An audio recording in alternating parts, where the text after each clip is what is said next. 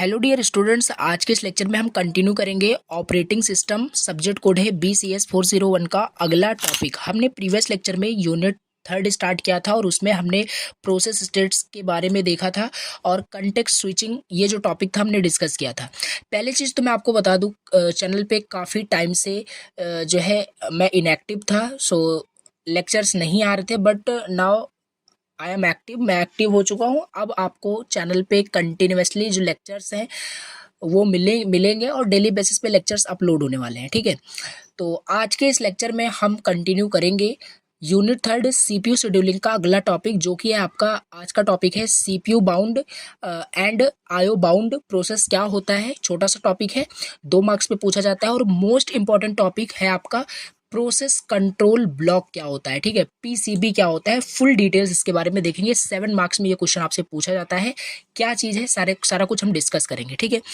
और छोटी सी एक रिक्वेस्ट होगी, अगर आप स्टार्टिंग से कनेक्टेड हैं, आप लेक्चर्स को देख रहे हैं, तो एक बार थोड़ा सा CPU शेड्यूलिंग का जो इंट्रोडक्शन वाला लेक्चर था, यानी कि लेक्चर 1 और लेक्चर 2, अगर आप उसे देख के आते हैं तो ये लेक्चर आप अच्छे से कनेक्ट हो पाओगे, चीज़ें आपको अच्छे से समझ में आएगी, ठीक है। तो चलिए स्टार्ट करते हैं। और छोटी सी इन्फॉर्मेशन आपको देनी है कि लेक्चर्स नाउ कंटिन्यूसली अपलोड होंगे। बिल्कुल भी आपको परेशान नहीं होना है, 100% पूरा सिलेबस आपका यहाँ पे कंप्लीट हो के रहेगा, ठीक है। तो चलिए स्टार्ट करते हैं टॉपिक। अगेन छोटी सी रिक्वेस्ट है, अगर फर्स्ट टाइम चैनल पे अगर विजिट किए हैं तो चैनल को प्लीज़ एक सब्सक्राइब कर देना। एंड वाकई आप लोग काफ़ी ज़्यादा सपोर्ट दिखाए, बहुत सारे मतलब स्टूडेंट्स ने कमेंट किया कि लेक्चर्स क्यों नहीं आ रहे, वो लेक्चर्स का वेट कर रहे हैं। That's why I am very energetic to make such types of lectures. तो चलिए स्टार्ट करते हैं लेक्चर्स को डायरेक्टली और टॉपिक को हम कंटिन्यू करते हैं, ठीक है। और चलिए ठीक है, तो ये रहा आपका नोट्स, ठीक है। देखो, अब यहाँ पे हम समझेंगे, आज का हमारा टॉपिक है CPU bound and IO bound process क्या होता है। Very important for 2 marks, 7 marks में कभी नहीं पूछा जाएगा, 2 मार्क्स में क्वेश्चन बहुत टाइम रिपीटेडली पूछा गया है। देखिए, हमने प्रीवियस लेक्चर में देखा था प्रोसेस क्या होता है, प्रोग्राम और प्रोसेस में डिफरेंस क्या होता है, ठीक है। फिर हमने प्रोसेस स्टेट देखा था कि कोई भी अगर प्रोसेस है जो कंप्यूटर या CPU एग्जीक्यूट कर रहा है तो किन किन स्टेट से होके जाता है। डायरेक्टली कोई प्रोसेस, जैसे आप कोई भी इनपुट कंप्यूटर को देते हो, कुछ भी ऑपरेशन आपको परफॉर्म करना है, इसका मतलब यही नहीं होता है डायरेक्टली जैसे आपने दिया इंस्टेंटली आपको भले ही आउटपुट आपको मिल जाता है, बट बैकएंड में बैकग्राउंड के अंदर क्या क्या चीज़ें, क्या क्या स्टेट्स होती हैं, वो सब हमने वहाँ पे देखा था प्रीवियस लेक्चर के अंदर, ठीक है। थोड़ा सा कनेक्शन बिल्ड हो गया। नाउ हमारा टॉपिक है CPU bound process, IO bound process क्या होता है। चलिए देखिए, CPU बाउंड प्रोसेस यहाँ पे लिखा है when a process is CPU bound. मतलब जब आपका प्रोसेस CPU बाउंड होता है, इसका मतलब है कि it requires a lot of computational power from the CPU to complete its task. देखो सिंपल, मैं आपको इजी वर्ड में बताऊं, CPU बाउंड का प्रोसेस होता है, CPU बाउंड प्रोसेस का मतलब होता है कि आपने CPU को जो भी टास्क दिया, कुछ भी कंप्यूटर को कुछ ना टास्क आपको परफॉर्म कराना होगा, तभी तो कंप्यूटर को यूज़ करोगे, कुछ उसमें टास्क आपको कुछ ऑपरेशन परफॉर्म करने हैं, तो उस टास्क को जो CPU है वो बहुत ही ज़्यादा मतलब मेहनत करके आपके टास्कों को CPU कंप्लीट कर रहा है। मीन्स CPU हाईएस्ट मतलब अपना एफर्ट लगा रहा है उस टास्कों को कंप्लीट करने के लिए। अब ऐसा कैसे हो सकता है, आपने कुछ मान लीजिए हैवी कैलकुलेशन टाइप का कुछ ऑपरेशन CPU को परफॉर्म करने के लिए दिया, तो सिंपल सी बात है उस टाइम CPU बहुत ज़्यादा एफर्ट लगा करके आपके टास्क को सॉल्व करेगा, टास्कों को परफॉर्म करेगा। तो ये जो प्रोसेस होगा, जो प्रोसेस आपका एग्जीक्यूट होगा, जो जिसपे CPU ज़्यादा मतलब लोड लेता है सॉल्व करने के लिए, आपके प्रॉब्लम को, आपके टास्क को एग्जीक्यूट करने के लिए, तो उस प्रोसेस को यहाँ पे CPU बाउंड प्रोसेस कहा जाता है। सिंपल वर्ड में अगर हम समझें तो इसका मतलब यही होता है। नाउ इसमें वही लिखा है, आप इसे पढ़ेंगे समझ में आ जाएगा। इसमें लिखा है the term CPU bound. CPU bound का मतलब है डिस्क्राइब करना अ सिनेरियो। एक सिनेरियो होता है जहाँ पर जो एग्जीक्यूशन के दौरान जो टास्क एग्जीक्यूट होता है या प्रोग्राम जो भी एग्जीक्यूट होता है, उस पर आपका CPU हाईली डिपेंडेंट होता है। मतलब CPU बहुत ही ज़्यादा वहाँ पे एक्टिव होता है, समझ सकते हैं, CPU पे ज़्यादा लोड होता है उस टास्क को, पर्टिकुलर टास्क को एग्जीक्यूट करने के लिए। लिखा भी है वो ना, process is CPU bound, it means that it requires a lot of computational power from the CPU।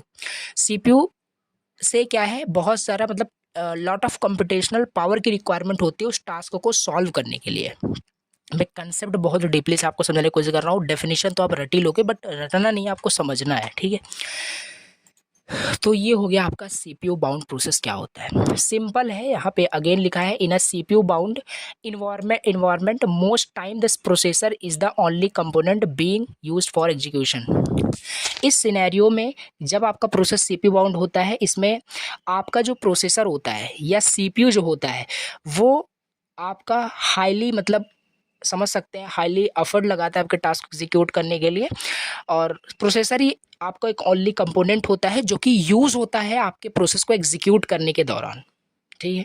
तो ये है। अभी थोड़ा सा हम देखेंगे एग्जाम्पल, ठीक है। इसका एग्जाम्पल क्या है? एग्जाम्पल है application that usually requires lot of requires tons of calculation. मान लीजिए कोई आपका कंप्यूटर है, लैपटॉप है, ठीक है, उसको आप कुछ ऐसा टास्क परफॉर्म करने के लिए दे रहे हो जिसमें कि टन्स ऑफ कैलकुलेशन रिक्वायरमेंट है, मतलब बहुत सारा उसमें कैलकुलेशन करना है, तरह तरह के उसमें इनपुट लेने हैं, कैलकुलेट करना है। तो एक प्रकार से आपका जो टास्क है बहुत ही कॉम्प्लेक्स है। सो वो एग्जांपल हो जाएगा जब उसे आप एग्जीक्यूट करने के लिए दोगे तो आपका जो सीपीयू होगा वो क्या करेगा? हाईली डिपेंडेंट होगा, ठीक है, और बहुत ही मतलब मैक्सिमम एफर्ट लगाएगा उस टास्क को सॉल्व करने के लिए। और वहाँ पे lot of computational power requirement होगी सीपीयू की तरफ से। यही होता है सीपीयू बाउंड, इनफ है इतना, ठीक है। नाउ आईओ बाउंड प्रोसेस क्या होता है? देखो, सीपीयू बाउंड प्रोसेस आपने समझ लिया। 2 मिनट के अंदर आपको इन IO bound means input and output bound process समझ में आ जाएगा। इसमें क्या होता है, कोई भी प्रोसेस, पहले मैं आपको समझाता हूँ इजी वर्ड में। कोई भी प्रोसेस या कोई भी टास्क आप अपने सीपीयू को दे रहे हो एग्जीक्यूट करने के लिए, परफॉर्म करने के लिए, ठीक है। अब सीपीयू बाउंड में क्या था, आपने टास्क या मतलब कोई भी टास्क, कोई भी प्रोसेस आपने दिया एग्जीक्यूट करने के लिए, उसमें सीपीयू आपका हाईली मतलब डिपेंडेंट था, सीपीयू ज़्यादा काम कर रहा था, लॉट ऑफ कंप्यूटेशनल पावर वाली रिक्वायरमेंट्स थी। बट इसमें आईओ बाउंड प्रोसेस में नहीं होगा। इसमें क्या होगा कि जो प्रोसेस होता है वो हाईली डिपेंड होगा किस पे? आईओ पे, इनपुट एंड आउटपुट पे डिपेंड होगा। आपने प्रोसेस एग्जीक्यूट करने के लिए दे दी, कुछ ऐसा आपने प्रोसेस, कुछ टास्क एग्जीक्यूट करने के लिए दे दिया जो कि जब एग्जीक्यूट होगा, जिस मतलब किसी भी स्टेट में वो हो, तो जब एग्जीक्यूट होगा तो वो सिंपल क्या होगा, उसे इनपुट की रिक्वायरमेंट होगी एंड उसे आउटपुट भी दिखाना होगा। तो ये इस टाइप की जो यहाँ पे प्रोसेस होगा वो आपका आईओ बाउंड प्रोसेस होता है। अभी समझ में आएगा। देखो यहाँ पे लिखा है ना, प्रोसेस इज आईओ बाउंड। जब आपका process input output bound process होता है, इसका मतलब होता है it means that it spends most of the time, ये स्पेंड करता है most of the time waiting for input, input के लिए ये वेट करता है, and output operation to be completed, ठीक है। These operations include reading from or writing to disk or interacting with other external devices. मतलब कि इस टास्क में, इस ऑपरेशंस में इंक्लूड रहता है रीड करना, राइट करना ऑन टू द डिस्क, और एक्सटर्नल डिवाइसेस से इंटरेक्ट करते हैं। मतलब कि आईओ के लिए वो क्या करते हैं, वेट करते हैं मोस्ट ऑफ द टाइम। यहाँ पे इनपुट के लिए वेट किया जाता है इस प्रोसेस के अंदर। इसी को हम input and output bound process कहते हैं, ठीक है। आगे भी लिखा है, अगर कॉन्ट्रास्ट में देखें, a task or program is IO bound if its execution is dependent on the IO system. देखो इतना इजी वर्ड में लिखा है कि आपका जो टास्क और प्रोग्राम है, अगर वो आपका आईओ बाउंड तभी होगा, इनपुट ऑन आउटपुट बाउंड तभी होगा, यदि it's execution is dependent on the IO system. उसका एग्जीक्यूशन जो है, कोई भी टास्क सक्सेसफुली एग्जीक्यूट होने के लिए उसे आईओ मतलब इनपुट चाहिए। ऐसा कुछ टास्क हो सकता है जो कि डिपेंड कर रहा है इनपुट पे, आउटपुट पे डिपेंड कर रहा है, इन सिस्टम पे डिपेंड कर रहा है। इसी को हम आईओ बाउंड प्रोसेस कह रहे हैं। And it resource such as disk, drivers and peripheral devices like input and output devices, ये सब रिक्वायरमेंट वहाँ पे होगी। इनपुट के लिए इनपुट डिवाइसेस चाहिए ना, कीबोर्ड चाहिए, तो इन सब चीज़ें आपको ऑलरेडी आई थिंक समझ में आ रही होगी क्या चीज़ मैं बोलने की कोशिश कर रहा हूँ। तो सिंपल ये है, यहाँ पे एग्जांपल भी आप दे सकते हैं, reading and writing data from an IO system, ठीक है, ये हो गया। तो बेसिकली यही होता है आपका CPU bound and input and output bound process. Now next topic that is process control block, PCB. 7 marks में क्वेश्चन पूछा जाता है, मोस्ट इंपॉर्टेंट है। चलिए पीसीबी समझते हैं। देखिए मैंने आपको ऑलरेडी बताया कि यूनिट थर्ड सीपीयू शेड्यूलिंग हम पढ़ रहे हैं। इसमें अगर आपने लेक्चर सेकंड को देखा है, लेक्चर फर्स्ट को देखा है, तो अच्छे से अभी का लेक्चर आपको समझ में आ रहा होगा। अब प्रोसेस कंट्रोल ब्लॉक को समझने से पहले आपको प्रोसेस पता होना चाहिए, प्रोसेस एंड प्रोग्राम में डिफरेंस पता होना चाहिए, ऑलरेडी आपको पता भी होगा। अब देखो पीसीबी होता क्या है, हमने क्या देखा था, हमने प्रीवियस लेक्चर में पढ़ा था कोई भी प्रोग्राम प्रोसेस में कन्वर्ट कब होता है। मीन्स कोई भी प्रोग्राम वो प्रोसेस कब बनता है। सिंपल, कोई भी प्रोग्राम प्रोसेस तब बनता है जब उसे हम एग्जीक्यूट करने जाते हैं। ठीक है, मतलब द प्रोग्राम इन एग्जीक्यूशन में जो प्रोग्राम होता है वो प्रोसेस होता है। हम प्रोग्राम को जब एग्जीक्यूट कर देते हैं तो वो प्रोसेस बन जाता है। या हम ऐसे भी बोल सकते हैं, अब यहीं पे पीसीबी का रोल आएगा। देखो पीसीबी क्या होता है, किसी भी प्रोग्राम का, अगर किसी भी प्रोग्राम का पीसीबी क्रिएट हो जाता है, इट मीन्स वो क्या हो गया, प्रोग्राम प्रोसेस बन चुका है। आप दो तरीके से प्रोसेस को डिफाइन कर सकते हैं, दोनों करेक्ट है। आप बोल सकते हैं या अगर प्रोग्राम को हम एग्जीक्यूट करते हैं तो प्रोसेस में कन्वर्ट हो जाता है, या अगर किसी भी प्रोग्राम का पीसीबी बन जाता है। पीसीबी क्या होता है हम समझ रहे हैं, समझते हैं अभी। अब देखो कोई भी प्रोग्राम प्रोसेस, अगर कोई भी प्रोग्राम को हम प्रोसेस तब बोलेंगे जब उस प्रोग्राम का एक पीसीबी क्रिएट हो जाएगा, और पीसीबी को हम क्या कहते हैं, प्रोसेस कंट्रोल ब्लॉक। ठीक है, अब process control block is a data structures maintained by the operating system to manage information about a specific process. अब हम समझते हैं पीसीबी क्या होता है। हमने आपको बताया कि कोई भी प्रोग्राम प्रोसेस अगर बन जाता है, इसका मतलब है उसका पीसीबी क्रिएट हो गया है। पीसीबी होता क्या है, देखो पीसीबी प्रोसेस कंट्रोल ब्लॉक एक तरीके का डेटा स्ट्रक्चर, आप इसे समझ सकते हैं। रिलेट करना, डेटा स्ट्रक्चर कोई टर्म नहीं है, बट इसे हम थोड़ा सा इमेजिन करने की कोशिश कर रहे हैं। डेटा स्ट्रक्चर में क्या होता है, डेटा को मतलब ऑर्गेनाइज करने का एक तरीका होता है। ठीक है, तो यहाँ पे भी वही डेटा को ऑर्गेनाइज करने का एक तरीका होता है, जिसे हम पीसीबी प्रोसेस कंट्रोल ब्लॉक बोल रहे हैं। अब क्या डेटा हमें यहाँ पे ऑर्गेनाइज करना है, हमने बताया कोई भी प्रोग्राम जब प्रोसेस बनता है तो उसका पीसीबी क्रिएट होता है। कोई भी प्रोग्राम अगर प्रोसेस बनता है तो बनने के मतलब प्रोसेस जैसे मैंने स्टेट देखा था, वहाँ पे 7 स्टेट्स थे, न्यू, रेडी, रनिंग, वेटिंग और टर्मिनेशन, ये सारे स्टेट्स थे। तो उन अलग अलग स्टेट्स का जो डेटा होता है, ठीक है, हम किसी भी प्रोसेस को जब प्रोग्राम को जब एग्जीक्यूट करने जाते हैं तो प्रोग्राम में क्या होता है, बहुत सारे लाइन ऑफ कोड होते हैं, बहुत सारे डेटा होते हैं, वहाँ पे वेरिएबल्स होते हैं, फंक्शंस होते हैं, पैरामीटर्स होते हैं, आर्ग्यूमेंट्स होते हैं, बहुत सारी चीज़ें होती है, उनको स्टोर करता है। ठीक है, उन सारे इन्फॉर्मेशन को क्या करता है, स्टोर करके रखता है। अब कैसे रखता है, पीसीबी के अंदर प्रोसेस कंट्रोल ब्लॉक। अब इसका एक सेक्शन होता है, वो अभी हम डिस्क्राइब करते हैं, समझते हैं। उनमें अलग अलग सेक्शन का अलग अलग काम होता है, क्या सेक्शन क्या चीज़ स्टोर करेगा, क्या चीज़ स्टोर करेगा। तो ये होता है, जैसे मान लो कोई भी प्रोसेस आप एग्जीक्यूट कर रहे हो, ठीक है, अब देखो पीसीबी समझ में आएगा। और ठीक है, कोई प्रोग्राम एग्जीक्यूट हो रहा है, अब पीसीबी क्या होता है, तो उस प्रोग्राम में बहुत सारे आपके डेटा होंगे। सिंपल सी बात है, कोई वेरिएबल है, कोई एरे है, कोई फंक्शन है, बहुत सारी चीज़ें हो सकती है आपके प्रोग्राम के अंदर, उसको एग्जीक्यूट करने जा रहे हो।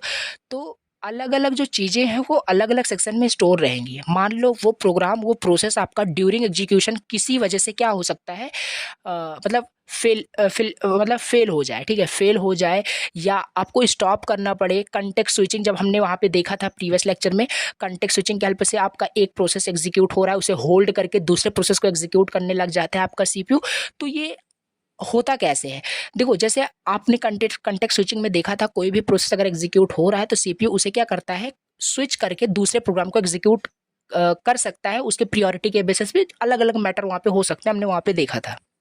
ठीक है, तो अब वो मान लीजिए उसने सीपीयू ने कंटेक्स्ट स्विचिंग की, ठीक है, कंटेक्स्ट स्विचिंग सीपीयू ने की, और दूसरे प्रोसेस को एग्जीक्यूट करने के बाद वो वापस से उसी प्रोसेस को उसी पे रिज्यूम कर लेता है, यानी कि वहाँ पे उसे रिस्टोर कर लेता है, रिज्यूम कर लेता है। बाकी वो रिज्यूम होता कैसे है, रिस्टार्ट होता कैसे, यानी यहीं पे प्रूफ हो जाता है कि वो जो प्रोसेस था आपने जो पहले छोड़ करके किसी दूसरे प्रोसेस को आपने मतलब सीपीयू ने एग्जीक्यूट करने गया, मतलब स्विच किया और प्रीवियस प्रोसेस को होल्ड कर दिया, उस होल्ड प्रोसेस का कहीं ना कहीं डेटा सेव हो रहा होगा, और वही डेटा सेव हो रहा है कहाँ पे, पीसीबी के अंदर, प्रोसेस कंट्रोल ब्लॉक के अंदर। अभी आ जाते हैं अपने फिगर की ओर, बहुत अच्छे समझ में आएगा।